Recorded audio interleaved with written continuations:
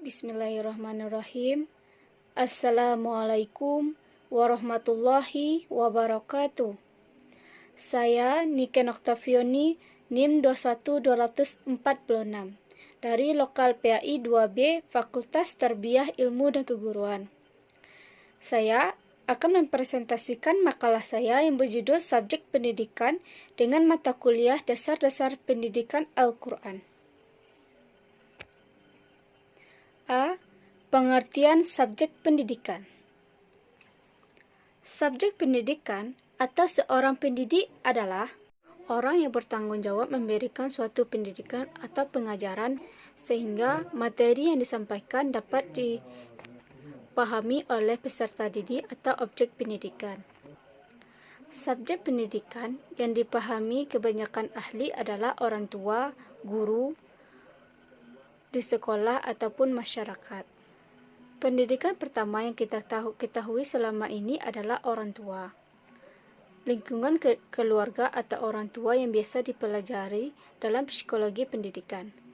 Namun, sebagai umat Islam, subjek pendidikan yang sebenarnya adalah Allah Subhanahu wa taala dan yang kedua adalah Nabi Muhammad SAW.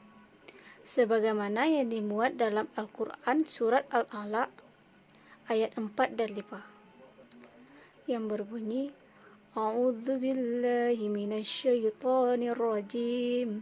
Bismillahirrahmanirrahim. Alladzi 'allama bil qalam.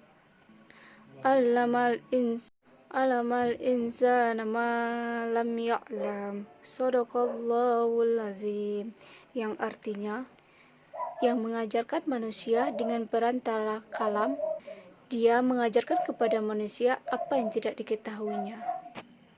Menurut para ahli, satu menurut Sanusi et al. Subjek pendidikan adalah manusia yang memiliki kemauan, pengetahuan, emosi dan perasaan dan dapat dikembangkan sesuai dengan potensinya.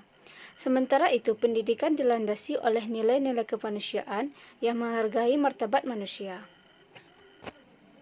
Yang kedua, di dalam buku Zakiyah Derajat yang berjudul Metode Khusus Pengajaran Agama Islam, disebutkan bahwa subjek pendidikan atau yang biasa disebut dengan guru adalah seorang pemimpin sejati, pembimbing dan pengarah yang bijaksana. Dari penjelasan di atas, kita dapat menarik kesimpulan bahwa subjek pendidikan adalah siapa saja yang mewariskan ilmu kepada kita. B. Ayat-ayat tentang subjek pendidikan. Al-Quran memuat segala hal untuk mengatur hidup kita, termasuk masalah pendidikan. Dalam pendidikan tentu ada namanya subjek pendidikan. 1. Quran Surat Ar-Rahman ayat 1-4 yang berbunyi A'udzu billahi minasyaitonir rajim. Bismillahirrahmanirrahim. Ar-Rahman 'allamal Qur'an khalaqal insan 'allamahul bayan shadaqallahul azim. Yang artinya Tuhan Maha Pemurah yang telah mengajarkan Al-Quran. Dia menciptakan manusia, mengajarkannya pandai berbicara. Tafsir ayat Quran Surat Ar-Rahman ayat 1-4. 1. Menurut Ibnu Katsir, Ar-Rahman. Arti Ar-Rahman amatlah luas. Kalimat dalam pengambilannya adalah rahmat, yang berarti kasih sayang, cinta, pemurah. Dia meliputi kepada segala segi dari kehidupan manusia dan terbentang di dalam segala makhluk yang wujud dalam dunia ini. Apabila kita perhatikan dalam Al-Quran, maka akan kita jumpai hampir tiap-tiap halaman kalimat-kalimat Rahman, Rahim, Rahmati, Semua itu mengandung istilah kasih sayang, cinta, pemurah, kesetiaan, dan lain-lain. Yang mengajarkan Al-Quran yang terdapat pada ayat kedua, ini adalah salah satu dari Rahman atau kasih sayang Tuhan kepada manusia, yaitu diajarkan kepada manusia itu Al-Quran, yaitu wahyu ilahi yang diwahyukan kepada Nabi Muhammad SAW. Yang dengan sebab Al-Quran itu, manusia dikeluarkan dari gelap gulita kepada terang yang benderang dan dibawa kepada jalan yang lurus. Maka datangnya pelajaran Al-Quran kepada manusia itu, yakni sebagai pengenapan kasih Tuhan, rahmat ilahi yang utama adalah ilmu pengetahuan yang dianugerahkan Allah kepada manusia. Mengetahui itu adalah suatu kebahagiaan, apalagi kalau yang diketahui itu adalah Al-Quran. Dan oleh karena surat ini menyebut tentang nikmat-nikmat Allah Subhanahu wa taala yang dianugerahkan kepada hamba-hambanya. Maka terlebih dahulu Allah menyebutkan nikmat yang merupakan nikmat yang besar kedudukannya dan terbanyak manfaatnya, bahkan paling sempurna faedahnya, itu nikmat diajarkannya Al-Quran. C. Yang menciptakan manusia yang terdapat pada ayat ketiga.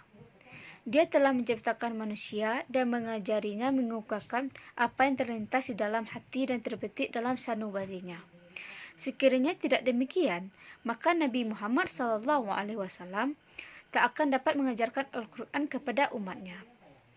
Penciptaan manusia pun adalah satu di antara tanda rahman Tuhan kepada alam ini, sebab di antara begitu banyak makhluk ilahi di dalam alam, manusialah satu-satunya makhluk yang paling mulia dan paling baik bentuknya. Sebagaimana firman Allah yang artinya, sesungguhnya kami telah menciptakan manusia dalam bentuk yang sebaik-baiknya. D. Yang mengajarkan kepadanya berbicara yang terdapat pada ayat keempat. Barulah rahman Allah kepada manusia tadi lebih sempurna lagi, karena manusia pun diajarkan oleh Tuhan menyatakan perasaan hatinya dengan kata-kata. Itulah yang ada di dalam bahasa Arab tersebut, yaitu al-bayan, yang artinya menjelaskan, menerangkan apa yang ada terasa di hati. 2. Menurut tafsir Al-Ghazali, ayat 1 dan 2, pada ayat ini Allah Subhanahu wa taala yang Maha Pemurah menyatakan bahwa Dia telah mengajarkan Nabi Muhammad SAW Al-Quran dan Muhammad telah mengajarkan kepada umatnya. Ayat ini turun sebagai bantahan bagi penduduk Mekah yang mengatakan sesungguhnya Al-Quran itu diajarkan oleh seseorang manusia kepada Nabi Muhammad SAW.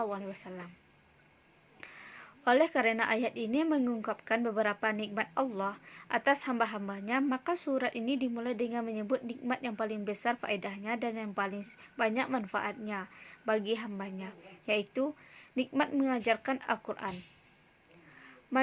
Maka manusia dengan mengikuti ajaran Al-Quran akan berbahagia di dunia maupun di akhirat kelak. Ayat 3 dan 4, dalam ayat ini Allah menyebutkan nikmat-nikmat Allah, kejadian manusia yang menjadi dasar pokok persoalan dan pokok segala sesuatu.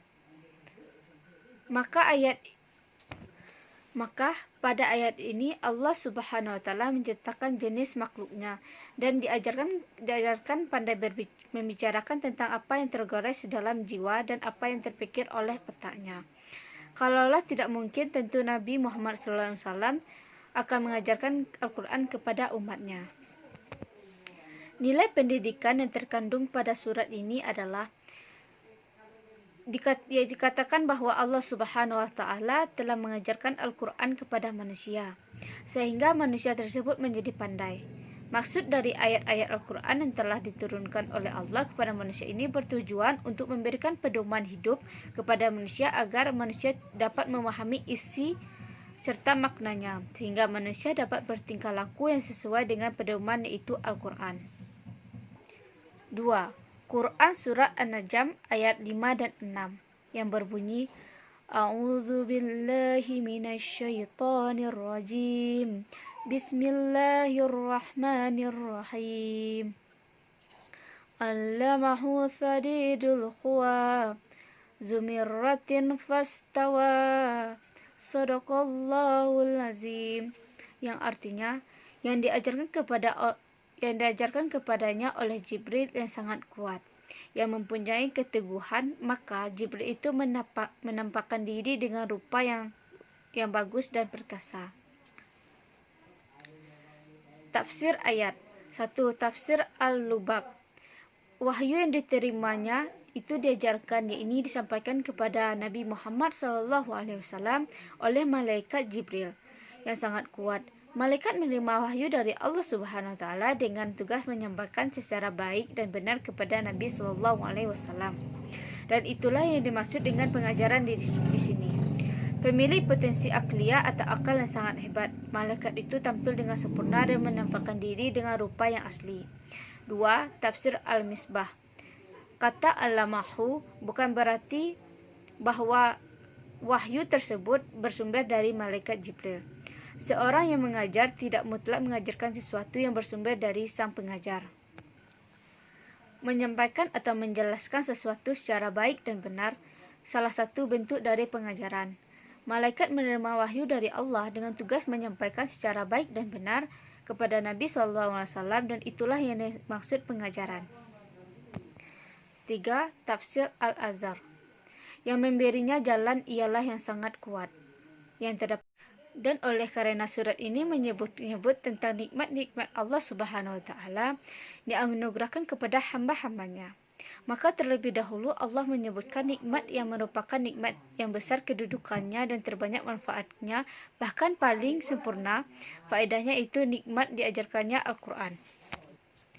C. Yang menciptakan manusia yang terdapat pada ayat ketiga. Dia telah menciptakan manusia dan mengajarinya mengungkapkan apa yang terlintas di dalam hati dan terbetik dalam sanubarinya.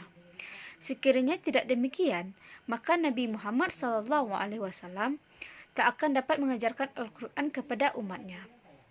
Penciptaan manusia pun adalah satu di antara tanda rahman Tuhan kepada alam ini, sebab di antara begitu banyak makhluk ilahi di dalam alam, manusialah satu-satunya makhluk yang paling mulia dan paling baik bentuknya. Sebagaimana firman Allah yang artinya, sesungguhnya kami telah menciptakan manusia dalam bentuk yang sebaik-baiknya. D. Yang mengajarkan kepadanya berbicara yang terdapat pada ayat keempat.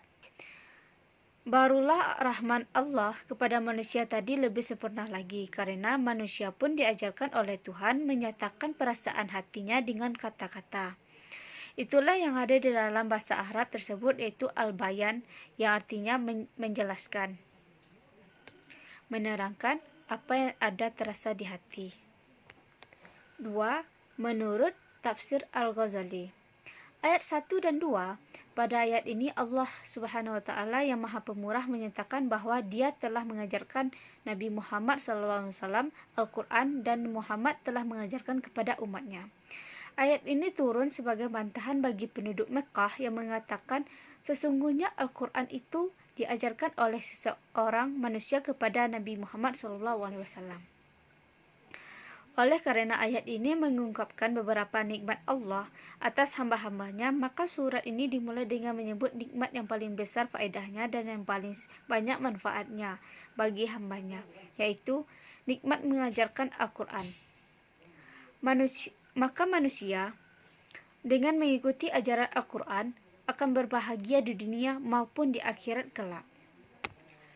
Ayat 3 dan 4, dalam ayat ini Allah menyebutkan nikmat-nikmat Allah,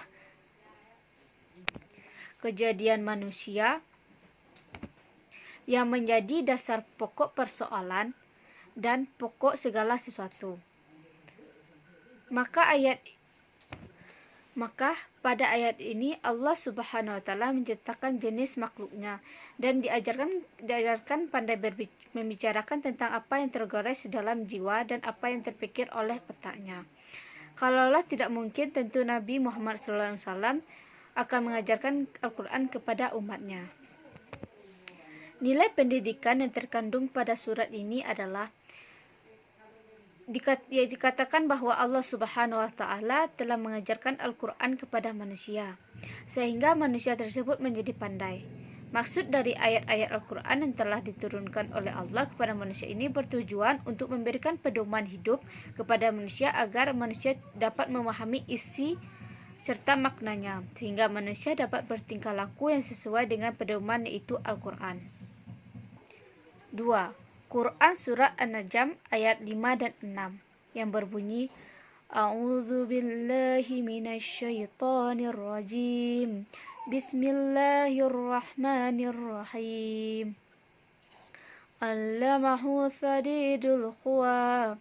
Zumirratin fastawa. Shadaqallahul azim.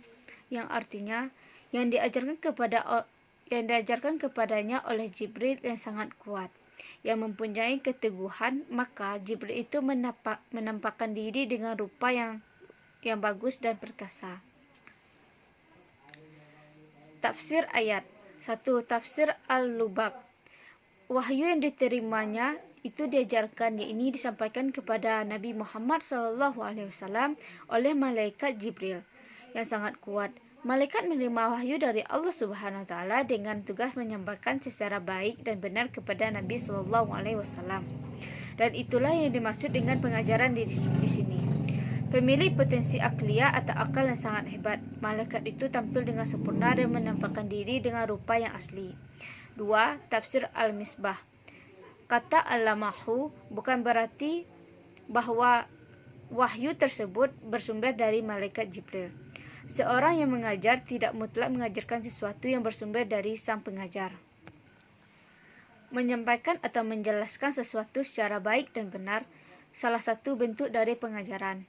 Malaikat menerima wahyu dari Allah dengan tugas menyampaikan secara baik dan benar kepada Nabi SAW, dan itulah yang dimaksud pengajaran.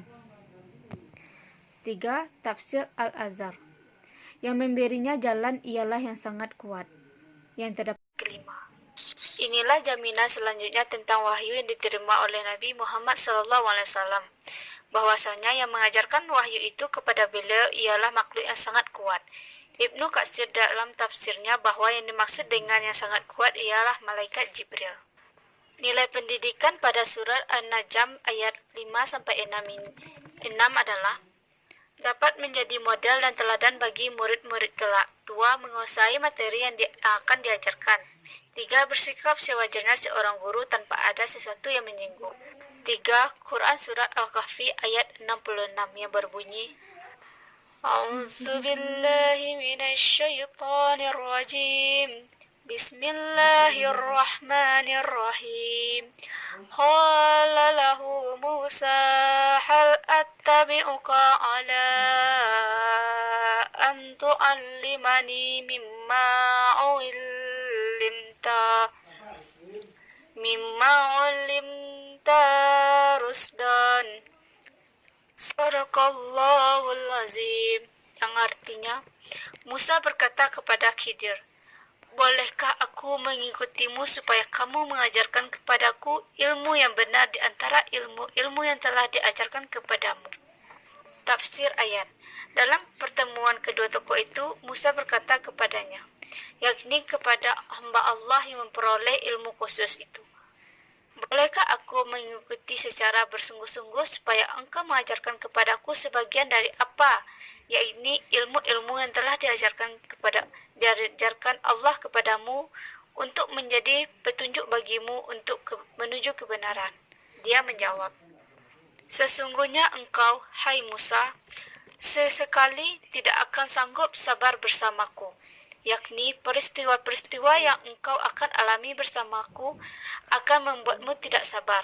Dan yakni padahal, bagaimana engkau dapat sabar atas sesuatu yang engkau belum jangkau secara menyeluruh hakikat beritanya. Engkau tidak memiliki pengetahuan batiniah yang cukup tentang apa yang engkau lihat dan apa yang engkau alami bersamaku itu. Kata at-tabi'uka asalnya adalah kelima. Inilah jaminan selanjutnya tentang wahyu yang diterima oleh Nabi Muhammad SAW, bahwasanya yang mengajarkan wahyu itu kepada beliau ialah makhluk yang sangat kuat.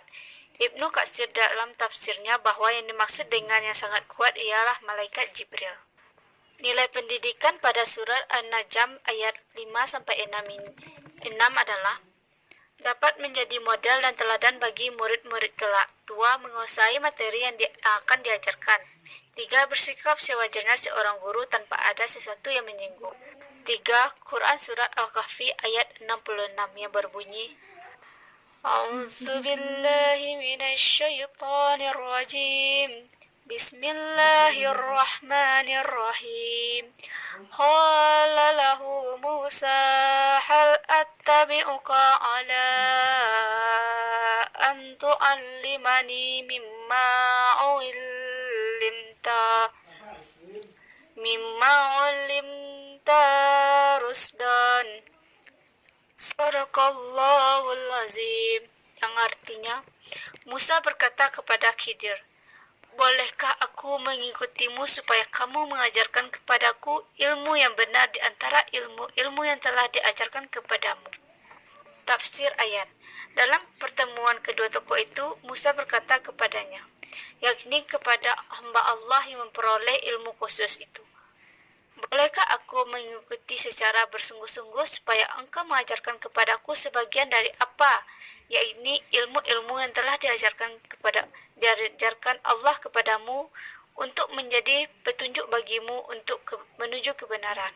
Dia menjawab, "Sesungguhnya engkau, hai Musa, sesekali tidak akan sanggup sabar bersamaku, yakni peristiwa-peristiwa yang engkau akan alami bersamaku akan membuatmu tidak sabar.